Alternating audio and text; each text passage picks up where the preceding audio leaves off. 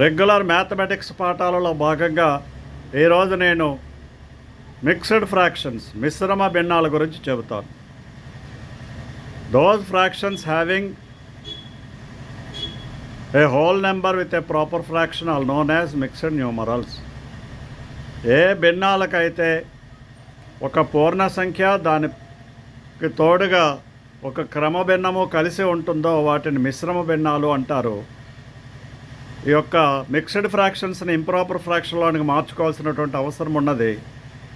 1/2 అంటే 1 × 2 2 + 1 3 3/2 3/2 అన్నా 1/2 అన్నా ఒక్కటే.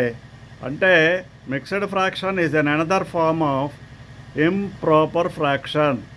ఇంప్రాపర్ ఫ్రాక్షన్ అనేటువంటి ఫ్రాక్షన్ని లో ఆన్సర్ ఉంచకూడదు కనుక మిక్స్డ్ ఫ్రాక్షన్ అనేటువంటి దాన్ని మన వాళ్ళు కనిపెట్టడం జరిగింది.